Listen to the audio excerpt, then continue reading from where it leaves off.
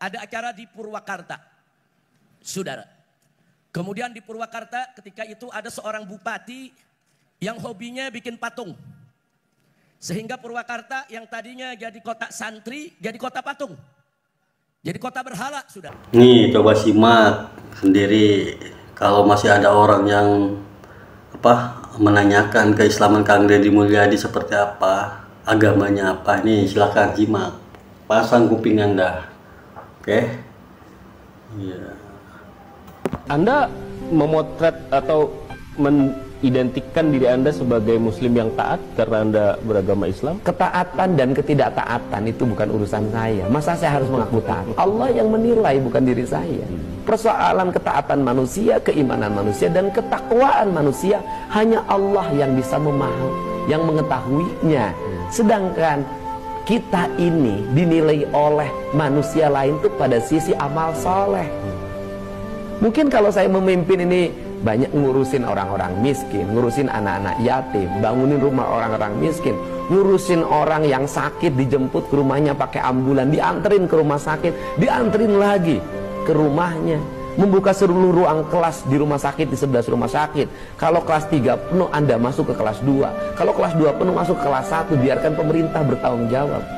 Membayar klaim operasi jantung masyarakat sampai 400 juta satu orang. Ngurus kemoterapi, ngurusin orang-orang yang mengalami gangguan kesehatan, sampai saya kasih 1,5 juta sampai 2 juta yang menyerahkan jangan dipasung. Bagi saya itu jauh lebih bermakna dalam hidup ini dibanding kita berkutat, berdebat, kemudian mengklaim diri kita menjadi orang saleh, tapi tidak bisa mengelola anggaran dengan baik yang berpihak bagi kepentingan publik.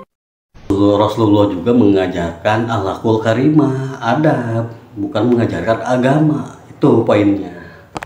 Pak Rizik Syihab bercerita tentang pengalamannya dulu ketika berhadap-hadapan dengan Gubernur Jawa Barat sekarang, Kang Deddy Mulyadi.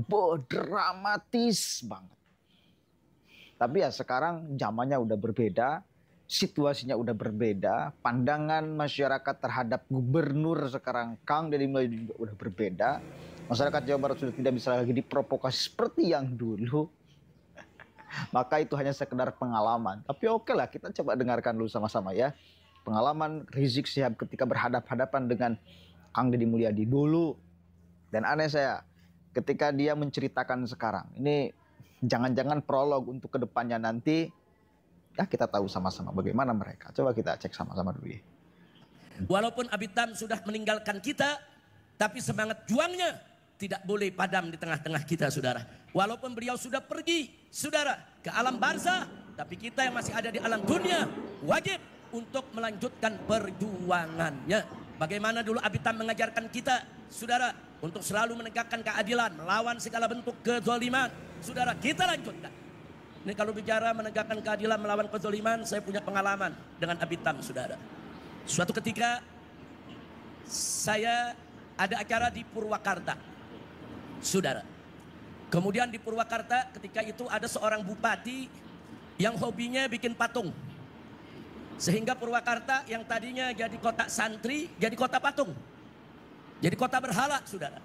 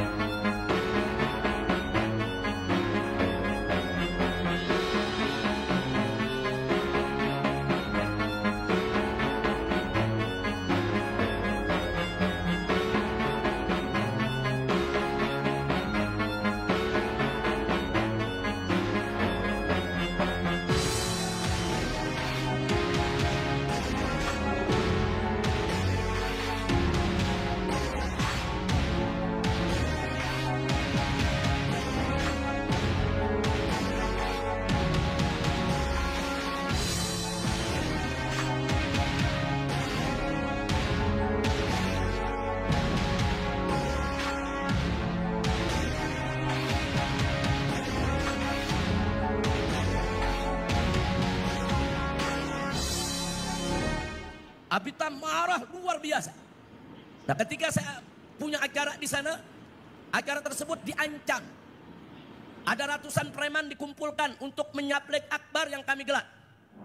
Saudara, saya ketika itu sedang sakit. Saudara, ragu. Datang atau jangan. Bukan karena ancaman, karena kita sedang sakit. Tapi Abitam dari tempat ini langsung meluncur ke Megamendung, ke gunung, ke pesantren saya, saudara.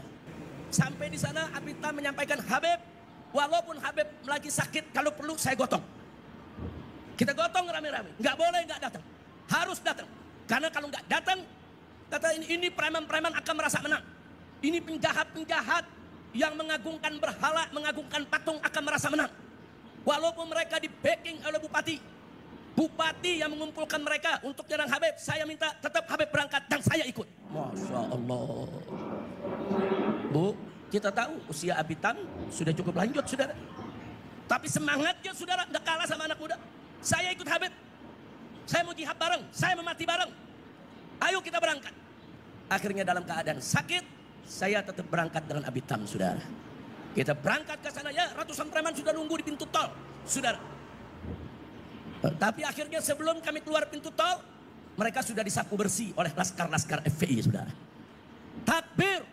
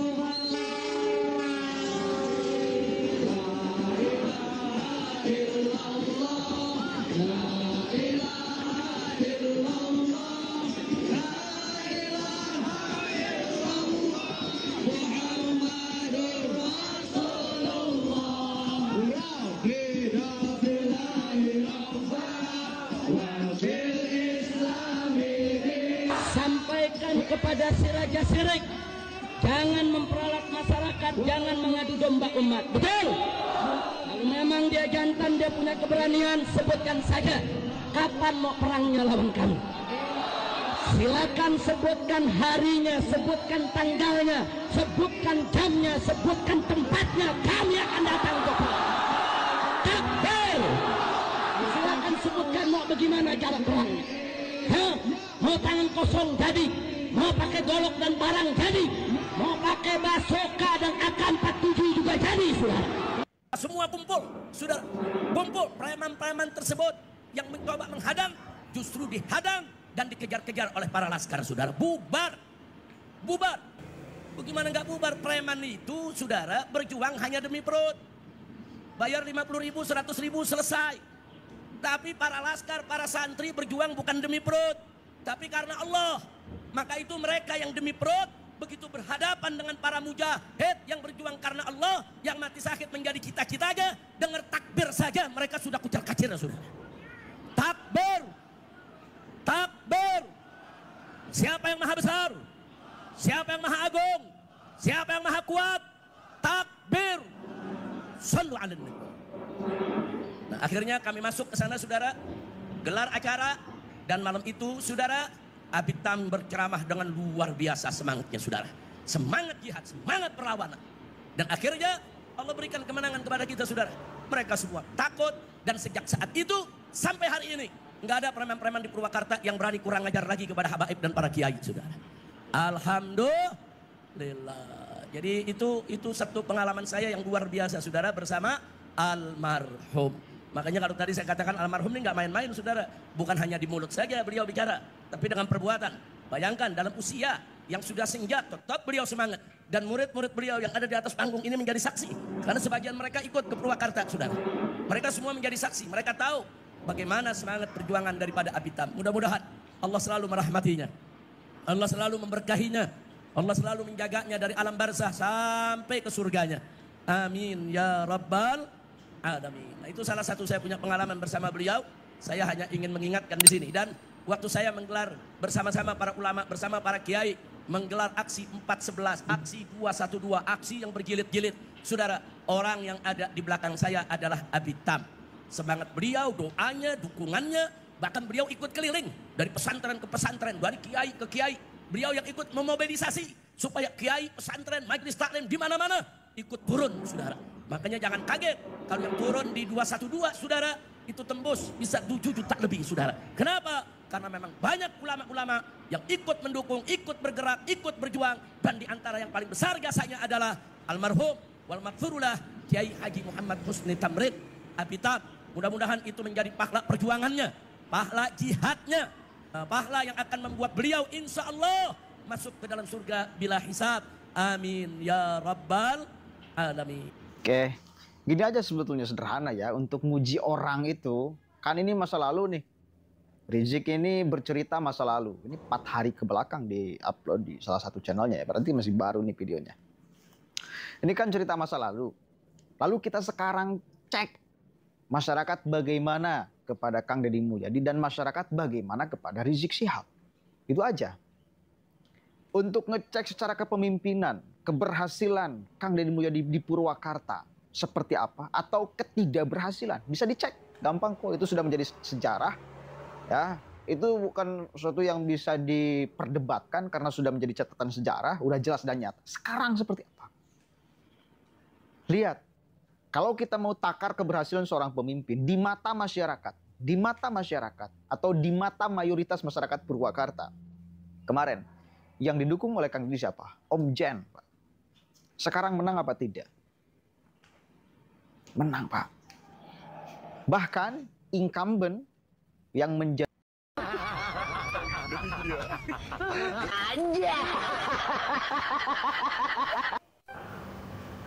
nih, coba simak sendiri. Kalau masih ada orang yang menanyakan keislaman Kang Deddy Mulyadi seperti apa, agamanya apa, nih silakan simak, pasang kuping Anda. Oke? Iya. Anda memotret atau mengidentikan diri Anda sebagai muslim yang taat karena Anda beragama Islam? Ketaatan dan ketidaktaatan itu bukan urusan saya. Masa saya harus mengaku taat? Allah yang menilai, bukan diri saya.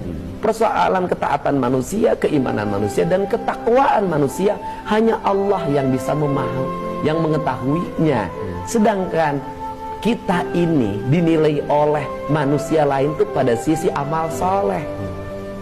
Mungkin kalau saya memimpin ini banyak ngurusin orang-orang miskin, ngurusin anak-anak yatim, bangunin rumah orang-orang miskin, ngurusin orang yang sakit, dijemput ke rumahnya pakai ambulan, dianterin ke rumah sakit, dianterin lagi ke rumahnya. membuka seluruh ruang kelas di rumah sakit, di 11 rumah sakit. Kalau kelas 3 penuh, Anda masuk ke kelas 2. Kalau kelas 2 penuh, masuk ke kelas 1. Biarkan pemerintah bertanggung jawab. Membayar klaim operasi jantung masyarakat sampai 400 juta satu orang. Ngurus kemoterapi, ngurusin orang-orang yang mengalami gangguan kesehatan. Sampai saya kasih 1,5 juta sampai 2 juta yang menyerahkan jangan dipasung. Bagi saya itu jauh lebih bermakna dalam hidup ini dibanding kita berkutat, berdebat, kemudian mengklaim diri kita menjadi orang saleh, tapi tidak bisa mengelola anggaran dengan baik yang berpihak bagi kepentingan publik. Rasulullah juga mengajarkan akhlakul karimah, adab, bukan mengajarkan agama. Itu poinnya.